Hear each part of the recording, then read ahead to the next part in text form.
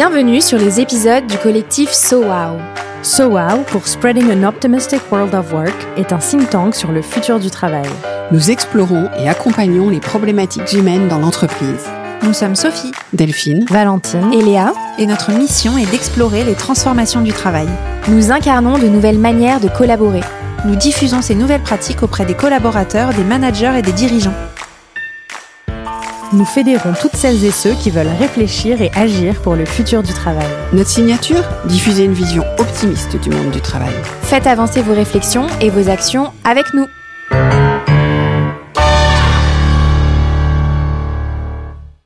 Lorsque la question du temps est apparue dans notre étude sur la relation entreprise et talent, nous avons immédiatement pensé à interviewer Jérôme Friteau, DRH de l'assurance retraite. Pourquoi Jérôme ? Parce que c'est une question sur laquelle il travaille depuis des années, convaincu qu'il n'y a pas une réponse unique, mais plusieurs solutions à explorer, tester. Aujourd'hui donc, Jérôme Friteau est avec Sophie Plumer et moi-même Delphine Zanelli, et il partage avec nous ses réflexions et expérimentations très concrètes qu'il mène depuis une dizaine d'années. Je vais donc vous laisser avec notre conversation. Mais avant de démarrer, je tiens à remercier les 4 partenaires du collectif SOWO, Yemanja, Skill & You, Bigger et Urban Sport Club pour cette année 2024. Ces partenaires nous soutiennent dans notre travail autour de la question clé, comment créer un nouvel équilibre dans la relation entre talent et entreprise. Bonjour Jérôme, bonjour Sophie. Bonjour Sophie, bonjour Delphine. Bonjour à vous deux, bonjour Jérôme, bonjour Delphine. Merci Jérôme d'être avec nous aujourd'hui. Alors dans le cadre de notre étude sur la relation entreprise et talent, on a vu que la question du temps était quelque chose de central et donc j'ai immédiatement pensé à vous pour venir partager avec nous vos explorations, vos expériences. Je vais vous laisser vous présenter pour commencer. Alors, je m'appelle Jérôme Friteau, je suis directeur des relations humaines et de la transformation au sein de l'assurance retraite, donc DRH de l'entité Caisse nationale, 3600 salariés, et DRH groupe, si on peut dire, ou réseau dans notre jargon. J'ai le plaisir d'animer un réseau de DRH sur 15 entités régionales, les CARSAT, au total 14 000 collaborateurs sur la France, sur le premier opérateur de retraite du service public, retraite du régime général pour les salariés du privé et les travailleurs indépendants. Merci. Alors, on va rentrer directement dans le vif du sujet. Quel est le rapport au temps de vos collaborateurs ? Est-ce que c'est un sujet que vous abordez avec eux ? Alors oui, c'est un sujet qu'on aborde souvent sous l'angle de la charge de travail ressentie, sujet qui est un sujet de préoccupation, d'actualité, parce que depuis maintenant quelques années, et peut-être le mouvement s'est-il amplifié depuis la crise sanitaire, les salariés ressentent souvent une fatigue importante. On voit bien que le changement de rythme, amplifié par la transformation digitale, a largement conditionné un autre rapport au temps. C'est vrai qu'avant, la pression professionnelle se percevait physiquement dans l'espace de travail par le présentéisme. C'est un jugement dans l'espace qui donnait des indices qui pouvaient alimenter une évaluation de la performance. Tout le monde pouvait voir auparavant celui qui quittait le bureau avant l'heure, théoriquement raisonnable, ou après l'heure également. Aujourd'hui, on est allé vers une dimension plus temporelle, que je qualifierais d'hypertemps. Un agenda qui s'est largement densifié, des délais de couloir qui sont supprimés, notamment entre 2 réunions sous Teams pour nous. Il faut organiser son temps très, très longtemps à l'avance, se planifier soi-même des plages réservées pour le travail de fond. J'entends beaucoup parler, notamment chez les cadres, d'effets tunnels sur les semaines. On a finalement beaucoup de points qui s'organisent, moins de liens, beaucoup de dialogues de gestion, de dialogues un peu normés, y compris sur les points bilatéraux.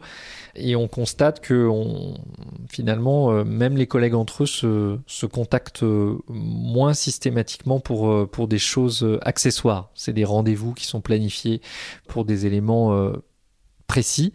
Et donc, évidemment, on perd aussi une dose d'informel, peut-être des temps qui étaient à moindre sollicitation de charge mentale, peut-être plus reposants aussi. Et aujourd'hui, on voit que cette hyper-optimisation facilitée par le digital, facilitée par les organisations de travail, amplifiée par les organisations de travail, joue un rôle quand même conséquent sur cette gestion du temps. Qui est peut-être pas une optimisation d'ailleurs, parce que comme la nature a horreur du vide, on a tendance à le remplir. Donc je suis pas sûre que ce soit toujours une logique d'optimisation. Tout à fait. Mais en tout voilà, cas, c'est perçu comme tel, ouais. Et effectivement, ça peut être piégeux.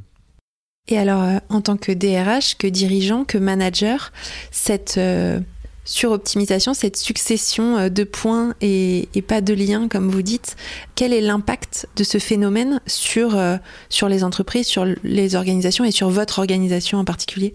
Alors, ça nous amène à toujours avoir plus de vigilance, notamment dans le développement de nouvelles organisations de travail qui répondent quand même à des attentes qui sont très largement exprimées, voire même imposées par un certain nombre de candidats, de collaborateurs, sur la personnalisation, sur le recours à la flexibilité et à une forme de liberté, j'ose le terme, parce que je crois que les salariés aujourd'hui aspirent quand même à cette liberté d'organisation dans un temps personnel qui est tout aussi contraint et accéléré que le temps professionnel.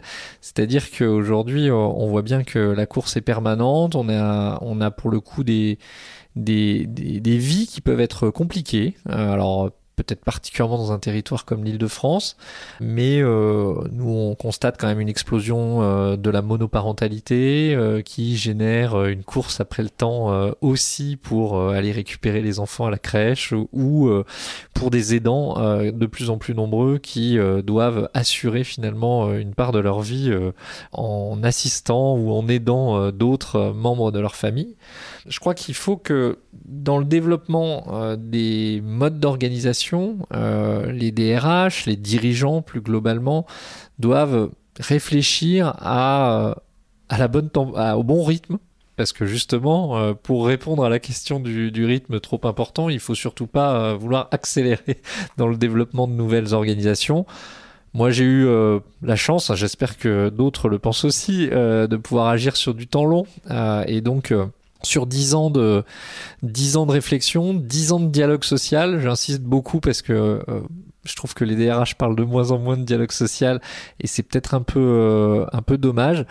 Donc 10 ans de dialogue, 10 ans d'échange, pouvoir développer petit à petit un télétravail raisonné, un télétravail prudent, de plus en plus personnalisé, pouvoir ensuite ouvrir ces modalités nouvelles en 2015 aux managers, pouvoir réfléchir à la flexibilité horaire et tester des choses et acculturer les salariés à plus de flexibilité et un ajustement finalement de leurs horaires aux contraintes professionnelles, aux exigences de service public pour ce qui nous concerne, pouvoir à un moment donné tester la semaine en 4 jours avec une priorité donnée aux salariés qui ont le moins accès au télétravail ou pas du tout accès pour certains métiers, mais pouvoir s'associer aussi les ressources et finalement l'expertise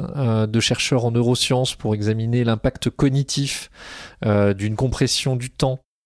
C'est le moyen finalement de monter collectivement en maturité sur ces sujets et de pouvoir faire réfléchir les managers notamment sur l'impact de ces organisations, l'impact de ces réflexions et de cette flexibilité, de ce sur-mesure sur leur propre management, leur propre pratique managériale, de passer par exemple d'un management au présentéisme, un management au temps, à un management par objectif, sans penser l'objectif à la journée ou à la semaine, mais essayer aussi de desserrer les taux et de responsabiliser les collaborateurs.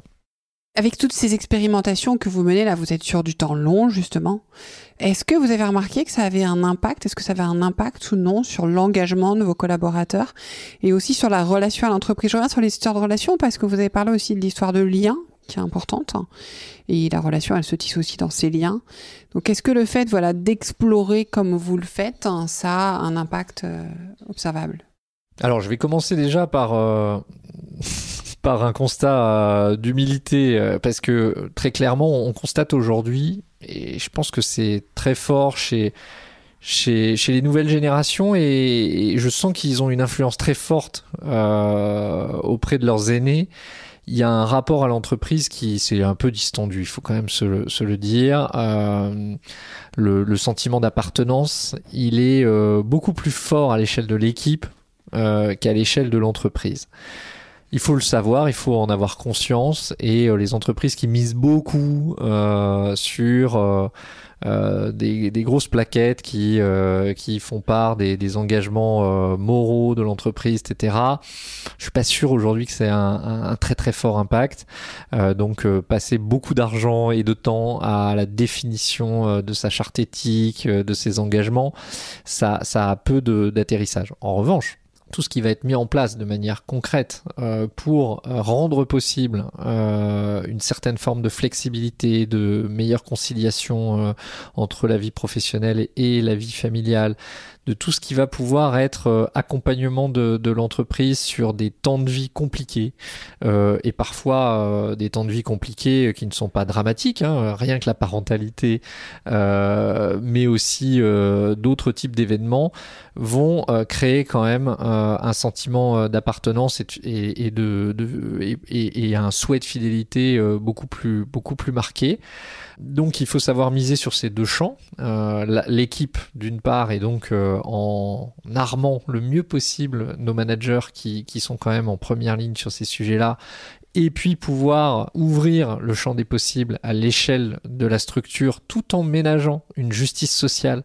Moi, je crois pas du tout au gré à gré où on va accorder à tel ou tel collaborateur tel ou tel avantage parce qu'il travaille bien, parce qu'on l'aime bien, parce qu'il est là depuis 10 ans.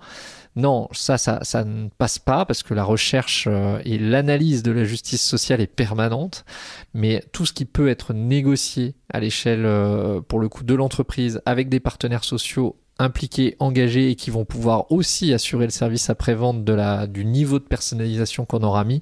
Ça, par contre, ça marche, ça fonctionne et je pense qu'aujourd'hui, c'est un incontournable. Il y a beaucoup de réinterrogations des dirigeants sur le télétravail en l'occurrence, avec du retour sur site qui s'est fait par grand mouvement de balancier, notamment dans le monde de la tech, mais dans les entreprises américaines au sens large.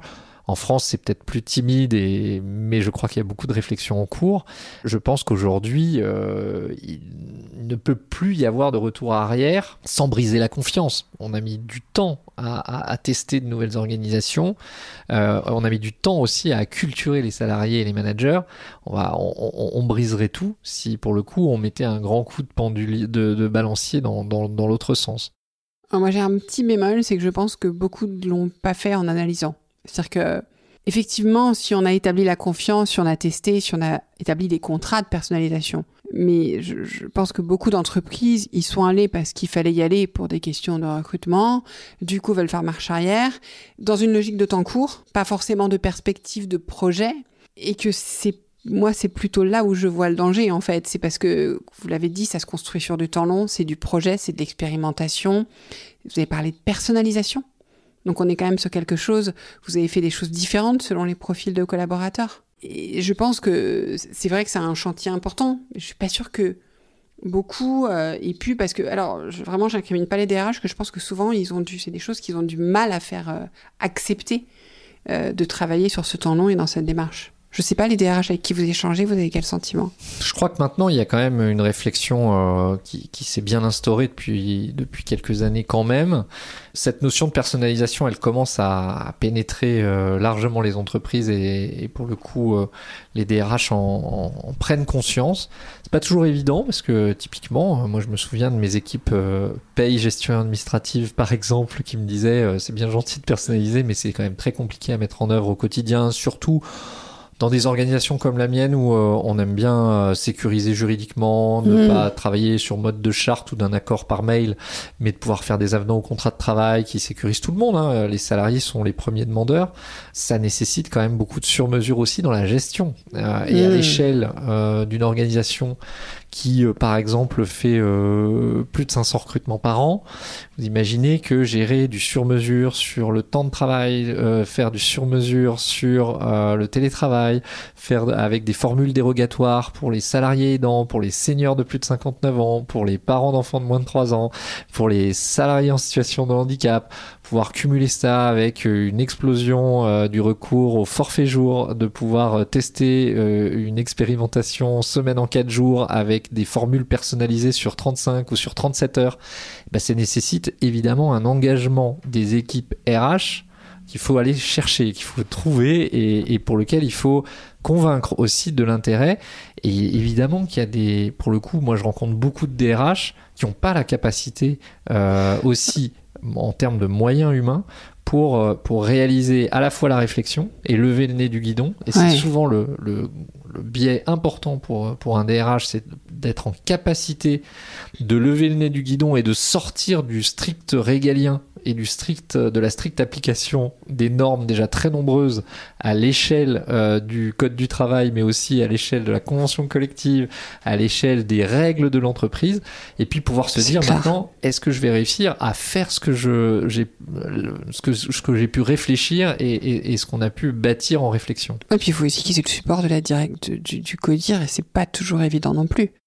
Non, parce que il faut aussi démontrer que créer de la performance sociale, c'est un investissement pour créer de la performance durable et donc de la performance économique. Et c'est vrai qu'il faut avoir des convictions de dirigeants pour qu'on s'engage dans ce mouvement-là. Comme vous dites, il y a de l'opposition toujours entre le court terme, l'immédiat, la culture de l'immédiateté qui est quand même beaucoup plus forte aujourd'hui aussi chez les dirigeants, et la culture du long terme. Ouais, culture d'immédiateté qui s'améliore pas avec les situations économiques actuelles, mais... Moi, je voudrais vous entendre sur le mot dialogue. Il y a le dialogue social, évidemment, dont vous avez parlé. Comment ça s'est passé, le dialogue social, pour votre organisation? Et aussi le dialogue avec les collaborateurs et les managers dans cette... Est-ce que je peux dire hyper-personnalisation du temps de travail, ou personnalisation en tout cas forte du temps de travail? Parce que le sujet du temps, c'est un sujet intime. On a tous un rapport au temps et au temps de travail, au temps de vie qui est différent et qui évolue en plus au fur et à mesure de notre vie. Vous avez parlé de parentalité, vous avez parlé d'aidance, de handicap, etc. Et sauf que ça, il faut aussi de la maturité pour animer un dialogue avec ses collaborateurs pour parler du temps. Donc je veux bien vous entendre sur cette notion de dialogue, que ça soit à la fois avec vos partenaires sociaux et dans l'intimité des relations managériales. Alors le mot dialogue a une résonance particulière pour moi, parce que je pense qu'aujourd'hui, à l'heure où on s'interroge quand même beaucoup sur cette distance qui se crée parfois dans des grandes organisations entre le travail prescrit et le travail réel, je pense que le dialogue est souvent la solution. Plus on va dialoguer autour du travail, et en ce moment il y a un gros débat, y compris au niveau des pouvoirs publics, sur la question du travail, certains se disant on aborde toujours les questions de paramètres réglementaires sur la durée, mais on ne s'attaque jamais au cœur de sujet qui est le dialogue autour du travail.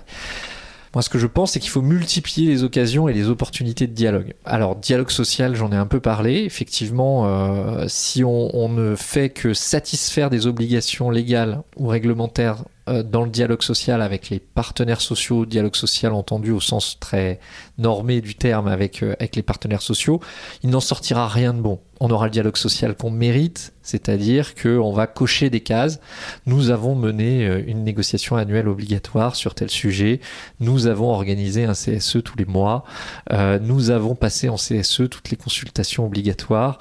Et il ne se passe rien. On perd d'ailleurs beaucoup de temps et on est dans l'opposition et la défiance permanente. Je pense que si on instaure un dialogue sincère, un dialogue... avec les limites de l'exercice, parce que chacun aussi est dans son rôle, et en France on est quand même très loin de la cogestion sur le dialogue social. Il faut réussir à développer de la maturité, mais au moins de la confiance dans l'utilité de l'exercice.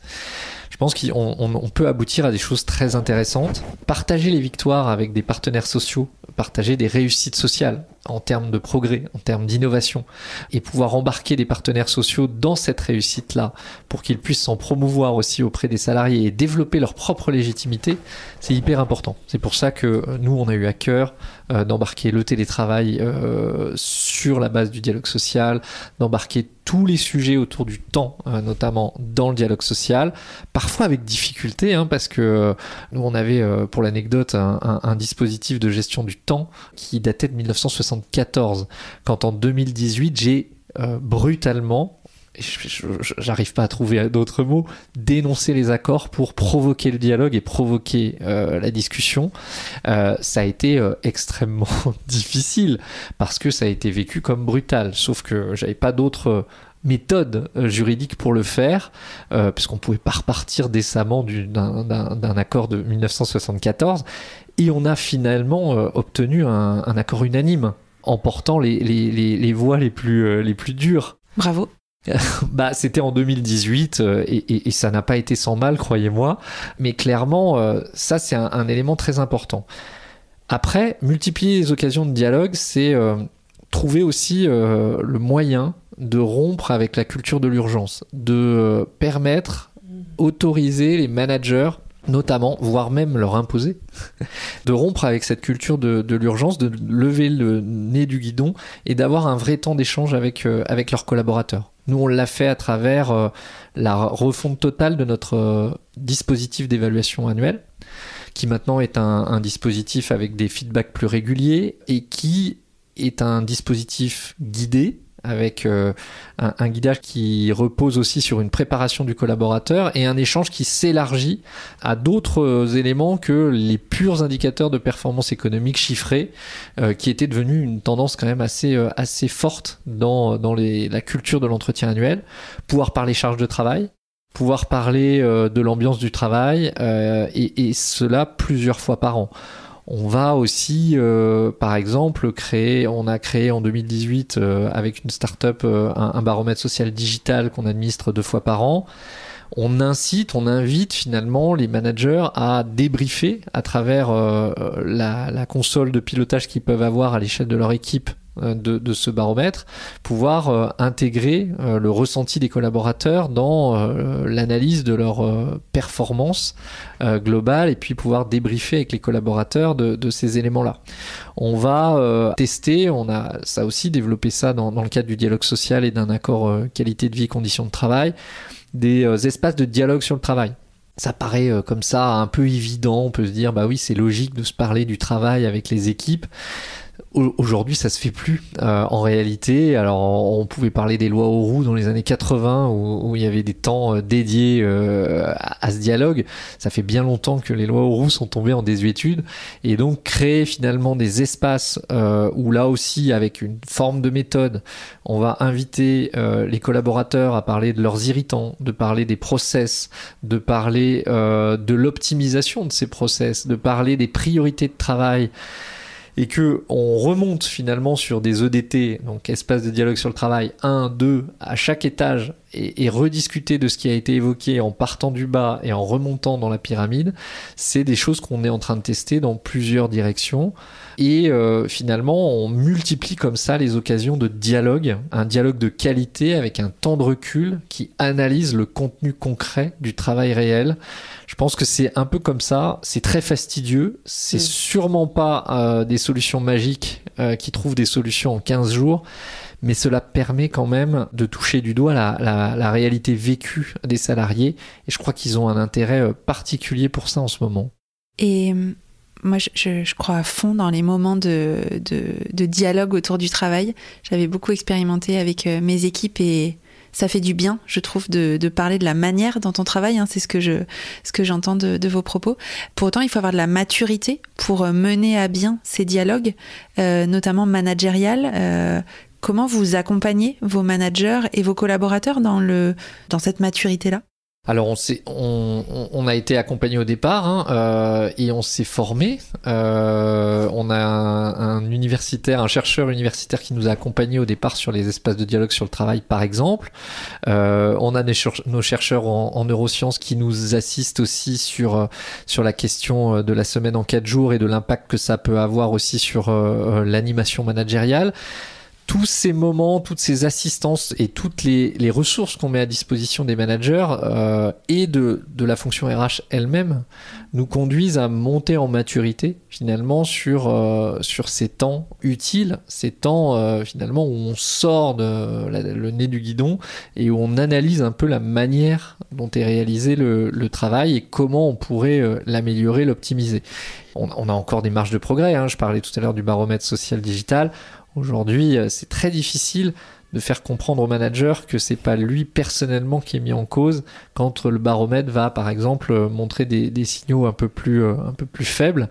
Il faut qu'on arrive à dépersonnaliser le diagnostic, le constat, pour que le manager soit au contraire une ressource pour pouvoir analyser avec son collectif les résultats et voir comment il peut apporter lui une valeur ajoutée sur l'amélioration. Mais typiquement, on est en train de réinterroger la notion de performance dans l'organisation à l'échelle de toute la France et de repenser avec la direction de la performance et des moyens et les directions métiers qui sont solidement arrimées aussi à des enjeux de résultats, de performance. Comment on peut réinventer la notion de performance pour une performance plus durable. Et on va essayer d'accompagner un collectif sans doute de 700 à 800 managers pour repenser finalement la manière dont ils voient le management de la performance en dehors de l'analyse de tableaux de bord qui sont sur leurs écrans. Vous avez des pistes là-dessus ? Vous n'avez pas commencé encore ? Si, on a déjà travaillé sur le sujet. On a créé un diagnostic en s'appuyant sur des diagnostics de terrain, c'est-à-dire des managers de Marseille, de Rennes et d'Orléans qui ont travaillé avec nous pour diagnostiquer déjà l'état de la situation et pour nous permettre de voir sur quoi il faut qu'on aille aujourd'hui pour les accompagner un peu mieux sur cette notion de performance durable qui emporte les sujets de fidélisation, les enjeux d'attractivité, parce que nous, on est un service public qui ne peut pas recruter des professionnels sur son cœur de métier qui sont déjà opérationnels. Il n'y a pas d'école en France qui forme à la retraite. Donc, on est obligé de former nos professionnels quand ils arrivent chez nous. Donc, il faut les garder. Parce que c'est très technique. Et donc, quand on forme un professionnel pendant 1 an, on ne peut pas le garder 2 ans en considérant qu'on a rentabilisé notre investissement. C'est pour ça que la performance durable, c'est un sujet qui parle aux managers. Ils disent pas c'est une lubie de Jérôme Friteau. Je pense qu'ils peuvent le voir dans d'autres situations que j'ai des lubies, mais pas sur celle-ci. Alors, ça m'amène à une question, parce qu'en fait, vous parlez justement de garder, et là ça résonne parce que j'étais avec des dirigeants mercredi du travail au public et qui parlaient de cette problématique d'investissement dans le collaborateur. Pareil, on est sur des métiers sur lesquels il faut former pour qu'ils restent. Et vous avez dit depuis le début qu'on était sur du temps long. Or, on sait bien que l'engagement, pour que quelqu'un reste, va se jouer sur du temps court. Parce que bon, j'estime qu'1 an, on est sur du temps court par rapport à des évolutions d'organisation. Comment est-ce que vous gérez cette dichotomie avec tout ce qu'on a évoqué sur le temps, c'est-à-dire notre perception du temps aussi, c'est-à-dire que on est aussi devenu hyper impatient, exigeant, il faut que ça soit tout de suite maintenant, et en même temps, comme vous l'avez dit, si on n'est pas sur du temps long, on peut pas faire évoluer les choses. Un DRH, par définition, il est sur les deux en permanence. Moi, dire que je suis que sur le temps long, ce serait archi faux, puisque je passe mon temps à être sur de la gestion d'urgence et à alterner finalement entre ces réflexions temps long et évidemment la gestion temps court, avec, comme vous dites, une impatience qui est extrêmement forte. Vous avez des gens qui commandent un livre sur Amazon, qui l'ont le lendemain matin dans leur boîte aux lettres. Vous imaginez bien que quand ils sollicitent des services RH sur leur situation, avec parfois toute la complexité de leur situation, ils exigent d'avoir une réponse le lendemain. Et d'ailleurs, en plus, on est sur la multi-sollicitation. Vous allez avoir un mail, vous allez avoir un message Teams pour dire « je t'ai envoyé un mail » et ça va continuer comme ça sur la relance le lendemain matin. Et moi, j'ai des équipes qui sont confrontées à ça toute la journée. Donc, effectivement, il faut réussir à expliquer, à faire preuve d'une énorme pédagogie pour expliquer aux gens comment on traite leur sujet. Typiquement, peut-être une bonne illustration de ce sujet-là, on a vécu, nous, mais c'est le cas, j'imagine, dans beaucoup de services publics en l'occurrence, dès lors que les questions de pouvoir d'achat sont quand même très, très marquées encore chez nous. Sur les 10 dernières années, moi j'ai vécu beaucoup de situations où on avait des revendications salariales catégorielles. chaque salarié, chaque métier finalement solliciter les organisations syndicales pour avoir des rencontres et considérer que leur métier avait été transformé ces dernières années, nécessitait une revalorisation, etc. Aujourd'hui, on a lancé un travail un peu plus durable de gestion des emplois et des parcours professionnels ancré sur l'objectivation des transformations de métiers, à l'aune notamment de la transformation digitale, etc. Et maintenant, on a un travail d'observatoire qu'on a avec les partenaires sociaux, là encore, en paritaire, qui nous permet d'objectiver les choses et finalement de prioriser des métiers par rapport aux autres dans une enveloppe financière que vous imaginez réduite, enfin qui est en tout cas largement limitée, et donc qui nous permet de produire des études, de se laisser le temps d'analyser les situations et de se dire, à partir du moment où on acte la transformation, les compétences nouvelles exigées sur tel ou tel emploi, on va créer des parcours professionnels avec une revalorisation salariale, le cas échéant. Mais dans ce cas-là, ça entre finalement dans le processus d'analyse des sujets et d'objectivation. Et donc les salariés qui nous disent oui mais nous on veut un truc maintenant, et ben on leur dit là par contre c'est pas possible. C'est pas possible et on va vous expliquer pourquoi. Parce que regardez, on a 140 métiers au sein de l'assurance retraite et on en a examiné 10 dont on est convenu avec les partenaires sociaux que c'était les 10 prioritaires qui avaient subi le plus de transformations. Et donc c'est pour cette raison-là que vous allez devoir patienter un petit peu. C'est pas toujours évident, mais pour le coup, on y arrive un peu. Vous avez un récit, en fait, autour de tout ça. Il faut beaucoup soigner le récit. Et ça veut pas dire raconter des histoires, hein.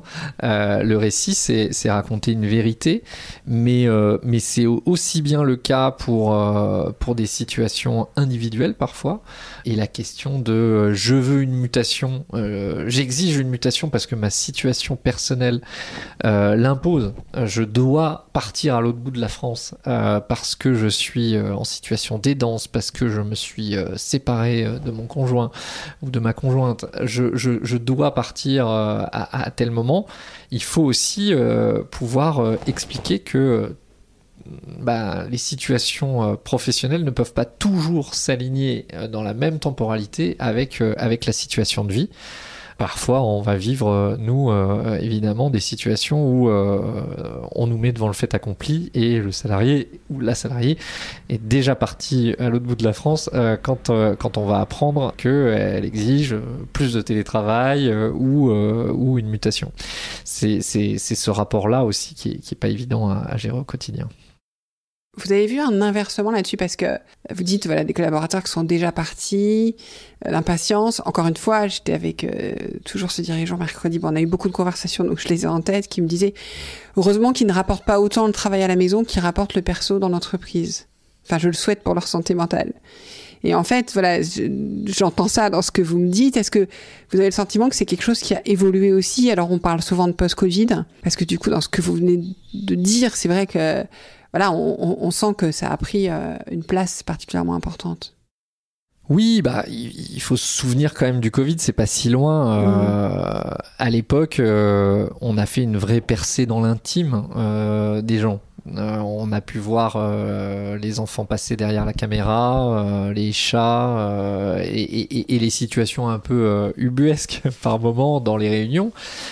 Cette percée dans l'intime, en réalité, elle avait déjà eu lieu, mais pour le coup, elle a été beaucoup plus criante pour les managers. Moi je me souviens d'avoir pris une décision avec l'appui du directeur général pour suspendre le badgeage pendant les périodes de confinement parce que on s'est rendu compte que pour les personnes qui avaient leurs enfants à la maison, à qui il fallait faire école, l'illusion de travailler 8 heures par jour, c'était devenu impossible pour certains. D'autres étaient heureux comme tout, installés en terrasse de leur maison, avec un confort de vie et de travail qui était presque démesuré par rapport à la situation normale. Donc on a pris conscience des inégalités entre les gens à ce moment-là, et je dirais que la tentation dans les entreprises, dans le monde du travail en règle générale, à la sortie de ça, c'était de refermer la porte et recloisonner finalement les sphères. Mais la réalité n'est pas celle-là. Et je pense que De la même manière que nos petits outils téléphoniques ne nous permettent pas d'étanchéifier la sphère professionnelle qui envahit quand même la sphère personnelle, eh bien la sphère personnelle déborde de la même manière sur la sphère professionnelle. Aujourd'hui, quand on est en situation d'aidance, on ne peut pas considérer qu'on a la même disponibilité d'esprit au travail, évidemment. Ce serait illusoire de le penser, et quelqu'un qui a couru déjà sur son début de matinée et arrive essoufflé au bureau pour avoir déposé ses enfants à la crèche, à l'école, etc., et qui a eu une galère de garde sur la fin de journée. Ou un enfant qui a vomi sur soi. Exactement, n'est pas dans la même disposition d'esprit que celui qui est venu à 5 minutes à pied au bureau, évidemment. Ce qu'on observe justement pour parfois s'extraire des contraintes mises par les organisations en matière de temps de travail, en matière de localisation aussi du travail, c'est l'émergence du freelancing ou de l'indépendance. Est-ce que vous avez un regard sur ce phénomène-là de personnes qui, par besoin de flexibilité, aussi de liberté dans les sujets qu'elles ont envie de traiter, et ben en fait s'aménagent leur propre réalité du travail? Alors, je côtoie plusieurs mondes, et notamment un peu le monde des startups à travers le Lab RH par exemple, mais aussi des plus jeunes publics avec une expérience d'enseignement à Sciences Po que j'ai depuis 3 ans. On voit bien que cette aspiration à la liberté, elle est forte, et on a quand même ce souhait de s'accomplir complètement, d'avoir une vraie liberté, une vraie autonomie et une vraie réussite personnelle. Ça, c'est la montée de l'individualisme aussi qui concrétise ça. Très clairement, aujourd'hui, on voit bien que l'entreprise doit réagir par rapport à ça, et notamment vis-à-vis de jeunes populations qui se disent enfermées finalement dès qu'elles entrent dans une entreprise, et qui peuvent aspirer finalement au freelancing ou à la création d'entreprises à cet égard. Mais on a aussi beaucoup d'entrepreneurs qui souffrent, qui souffrent de solitude, qui souffrent de difficultés financières, qui quand même peuvent être extrêmement angoissés sur la peur du lendemain. Et aujourd'hui, la situation économique est parfois sélective, en tout cas sur la durabilité de ces expériences-là. Pour autant, il faut qu'on puisse entendre ça. Moi, ce que je peux voir, c'est pas tant de salariés qui quittent l'assurance retraite et le service public pour une expérience d'entrepreneur, encore que j'en ai, mais par contre, des situations de cumul d'emploi, on en a de plus en plus. En tout cas, des sollicitations pour avoir une activité d'enseignement, pour avoir une activité créative, artistique, voire une activité de conseil dans certains cas, parce que pour nous, les règles de cumul sont assez strictes. Mais effectivement, on a cette aspiration à avoir un cumul de vie. Et en cela, notamment la semaine en 4 jours est intéressante, parce que finalement on s'aperçoit que beaucoup des testeurs de la semaine en 4 jours ont ce cumul de vie, que ce soit une vie associative, que ce soit une vie, un cumul d'emploi, que ce soit une vie d'aidant. Ça permet de créer une frontière peut-être un peu plus forte, un peu plus marquée vis-à-vis de l'entreprise et de l'activité principale. Et de ce point de vue-là, c'est assez intéressant. Ça peut faire partie peut-être des schémas cible qu'on peut avoir, c'est-à-dire envisager peut-être le monde du travail demain avec plusieurs vies différentes. C'est très courageux et c'est très, très intéressant de se lancer dans la création d'une entreprise. Faut pas faire croire aux gens que tout le monde réussira à créer sa boîte, clairement pas. Ouais, et puis je pense cette notion de plusieurs vies, elle est riche parce qu'elle a de l'impact pour l'entreprise, je pense assez positif, assez et même pour renforcer le lien à l'entreprise, parce qu'en fait c'est l'entreprise qui me permet ces plusieurs vies. Donc je pense que c'est un levier important et qu'il faut peut-être regarder parfois pas le prisme de réduire le temps de travail parce que les gens veulent travailler moins, parce qu'en fait beaucoup de gens veulent travailler, mais parfois ont envie, et très honnêtement, je vais vous dire, moi, ce qui m'a fait me mettre à mon compte, c'est que je travaillais avec des partenaires, des prestataires qui avaient plusieurs vies, et je me disais, mais j'ai juste envie d'avoir plusieurs vies. Bien sûr. Mais à l'époque, on m'aurait proposé un 4/5e et j'aurais bossé 5/5e. Donc c'était pas jouable. C'est jouable dans des choses accompagnées, dans des choses structurées. Et c'est ça qui est important. Moi, j'ai une question plus personnelle pour vous, puisqu'on parle beaucoup de temps et on se disait que le temps, c'est quelque chose d'intime. Vous, Jérôme, quel est votre rapport à votre temps ? Compliqué. Il est compliqué. Alors, j'ai la chance de pas perdre trop de temps dans les trajets. Je suis en vélo dans Paris et pour le coup, je gagne beaucoup de temps avec ça et je peux me déplacer assez rapidement. Et en plus, c'est des soupapes extrêmement importantes pour moi. Je suis pas quelqu'un de très organisé. Je peux pas dire ça. Mais par la force des choses, je suis quand même un peu obligé. Mais j'ai quand même quelques loupés sur les rendez-vous. Mais on va dire que j'arrive à tout concilier. Et je pense que je suis un peu boulimique. J'ai un peu de mal à refuser des choses qui m'intéressent. Donc il y a des fois je pourrais faire moins. Et différents investissements dans différents cercles sont parfois difficiles à cumuler avec mes activités. Évidemment, je privilégie aussi des temps familiaux qui sont quand même importants. Je vais ménager du temps pour une activité sportive. J'ai des parents vieillissants, donc moi aussi, je fais partie de cette génération sandwich qui est en ce moment entre les enfants, les parents, et je touche du doigt aussi ce que ça représente parfois en termes d'investissement en temps et sur des sujets très diversifiés. Je crois que c'est un peu la caractéristique de ma génération actuellement.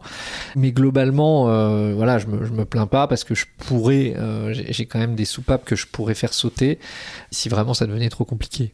Alors moi, je voudrais dire quelque chose, c'est que depuis le début de ma carrière, presque 30 ans, les plus grands leaders que j'ai rencontrés avaient toujours du temps pour me parler. Aujourd'hui, vous avez du temps pour nous parler. Donc je voulais quand même vous dire que je pense que vous êtes pas mal sur la gestion du temps. Merci. Merci beaucoup pour ça. Jérôme, ce que je retiens de ce que vous avez dit, c'est que il y a effectivement cette notion de temps long, mais cette notion aussi de penser le temps, de penser la performance en même temps différemment, d'acquérir une forme de maturité, de prendre le temps de l'acquérir aussi, et d'accepter qu'il faille du temps, qu'il y ait des étapes. Mais je me dis que pour ceux qui vous écoutent, peut-être que ça paraît totalement compliqué, plutôt complexe, impossible. Demain, là, je suis DRH, j'arrive dans votre bureau et je vous dis, Jérôme, j'ai besoin d'aide. Je commence par quoi ? Je pense que il faut jamais diagnostiquer les choses tout seul, déjà. Un DRH, il a des équipes et avec des expertises différenciées, des gens qui sont plus ou moins proches du terrain, qui peuvent justement donner leur point de vue. Je pense que être DRH aujourd'hui, c'est déjà animer un collectif et animer des expertises très complémentaires. Parfois difficile à concilier et je m'amuse parfois à avoir des dialogues pas de sourds mais en tout cas des dialogues animés entre des visions juridiques, des visions de psychologues du travail, mais je pense que c'est ça, je trouve l'intérêt de la fonction, c'est de ne pas avoir un monoprofil de statisticien ou de contrôleur de gestion ou d'auditeur, mais de pouvoir mixer un peu les approches. Et je crois que pour un DRH, il faut apprendre aussi à synthétiser, à faire émerger évidemment l'intelligence collective qui va permettre de diagnostiquer les choses. Pouvoir s'appuyer sur des experts quand on en a besoin, y compris des chercheurs en neurosciences, je le disais, ça peut compléter un regard. Il ne s'agit pas d'être omnipotent, omniscient soi-même. Et je pense pouvoir engager aussi un dialogue permanent avec ses homologues du comité de direction, pouvoir entendre aussi leur point de vue. Même si on n'est pas toujours d'accord, quand on lance une discussion sur la performance durable et qu'on veut évidemment raisonner en vase clos RH, on va très vite tomber d'accord sur ce que doit intégrer la performance demain. Si on confronte ça avec ceux qui sont au quotidien à l'épreuve de la performance opérationnelle, des attendus d'une direction générale, voire pour nous d'une tutelle étatique, ça va être un peu différent et il va falloir réussir à trouver la voie de passage. Mais le télétravail, c'est ni bon ni mauvais, par exemple. Ce qui va être intéressant, c'est de réussir à trouver le chemin de passage, la ligne de crête qui va faire qu'on va être efficace, sans sombrer finalement dans la perte de sens, la perte de lien, en réponse simplement à des exigences de salariés. Trouver finalement la voie la plus équilibrée possible. Et c'est ce qui est passionnant, je trouve, dans ce qui se joue actuellement dans le monde du travail. Merci beaucoup pour cet échange. Merci Jérôme. Merci à vous. Un grand merci pour votre écoute. Nous espérons que cet épisode avec Jérôme Frito vous aura apporté des clés de lecture intéressantes sur les transformations du monde du travail et ce qui se joue aujourd'hui dans l'équilibre de la relation entre talent et entreprise. Pour continuer à suivre nos travaux, nous vous invitons à suivre nos 4 podcasts Chef, Le Tilt, L'entreprise de demain et Walk Narratives. Nous rappelons tous les liens en commentaire de l'épisode ainsi que notre page LinkedIn sur laquelle nous publions régulièrement les nouvelles de nos travaux et projets. Je vous dis à très bientôt pour un nouvel épisode du collectif So Wow.